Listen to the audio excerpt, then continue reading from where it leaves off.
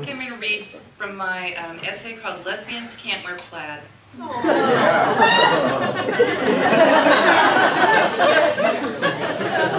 Controversial. A rat the size of a Prius sat on the sidewalk outside the NBC Comcast offices on a blistering July afternoon. The inflatable rodent had been lording over Wilshire Boulevard for weeks, erected by the International Alliance of Theatrical and Stage Employees who were protesting the inequitable labor practices of the reality show that employed them. IATSE members walked into desultory circles around the menacing plastic animal that for its part could only gaze blindly in the direction of its equally monstrous brethren, the tableau of plaster woolly mammoths sinking into the muck at the La Brea tar pits across the street. Because my workplace is at the center of what's known as the Media Gulch on Los Angeles' Miracle Mile, I'm frequently treated to the side of entertainment union labor protesters with placards in hand decrying the latest round of unfair practices against below-the-line players. The rat, however, was a novelty, and one that never failed to make me smile when I caught sight of it on the way to lunch.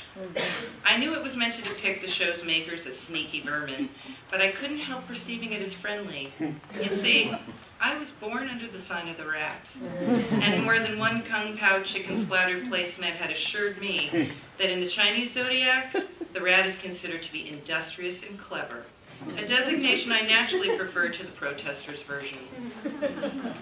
I was in complete solidarity with the pickers, but I was also on deadline.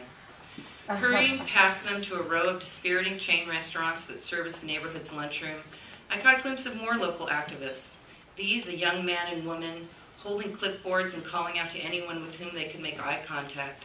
Are you interested in gay rights? I was interested, but I kept my eyes on the pizza prize and sped along. 10 minutes later, takeout box in hand, I noticed that the female activist was standing alone in the withering sunlight. Feeling guilty about ignoring her earlier, I approached. Hi, I prompted, smiling. Tell me about your cause. She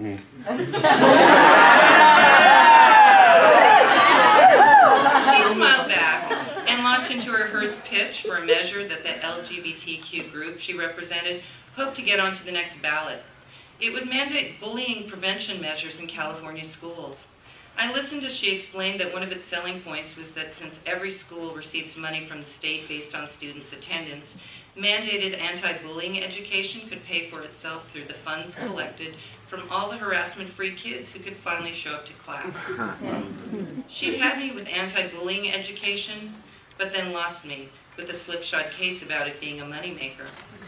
In my friendliest voice, I said, well, I get what you're saying, but surely all Miss School isn't due to gay bullying.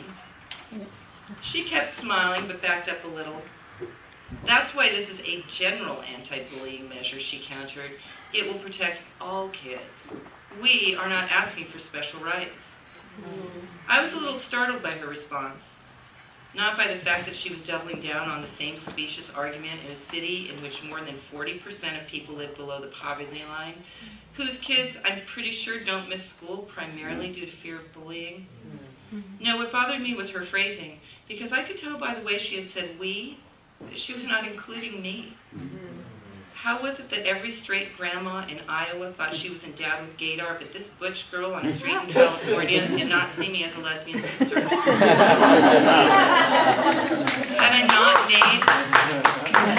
I not made knowing eye contact? Was I not sporting short hair and sensible shoes? Admittedly, I'd challenged her, but in what I thought was a Socratic spirit, yet somehow she saw me as a hater and not an ally. So much for gaydar. As I walked back to the office, it occurred to me that I'd brought on this identity confusion myself. After all, I'd been trying to pass for straight for most of my life. So successfully it now seemed that I was passing for straight in the gay world too. I stopped to take a final look at the rat's bewhiskered snout. Clever or sneaky, I wondered. Either way, they were both just another word for nothing left to lose.